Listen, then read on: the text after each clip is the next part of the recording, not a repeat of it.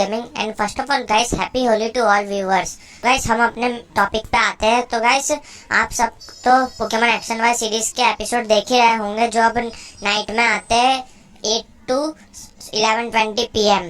तो गाइस अभी तो न्यू एपिसोड्स भी दिखाए जा रहे हैं डेली, वो भी 8 न्यू एपिसोड दिखाए जा रहे हैं और वो आज भी आने वाले हैं। और गाइस आज एपिसोड नंबर 34 to 42 दिखाए जाएंगे, तो देखना मत भूलना गाइस। और गाइस कल के दिन लास्ट 8 एपिसोड दिखाए जाएंगे। तो कल गाइस ये सीजन एंड होने वाला है, उसका फाइनल एपिसोड भी कल दिखाया जाएगा। और गाइस फिर आप लोग सोचेंगे सीजन फिनाले के बाद क्या होगा, तो गाइस सीजन फिनाले के बाद रिकैप्स दिखाए जाएंगे, ऐसा शेड्यूल में लिखा है। और गाइस सीजन 18 की कोई अभी ऑफिशियल न्यूज़ नहीं है मेरे पास। तो गाइस आज के लिए बस इतना ही रखते हैं। अगर आपको वीडियो थोड़ी सी भी अच्छी लगी हो तो वीडियो को लाइक, सब्सक्राइब एंड शेयर कर देना।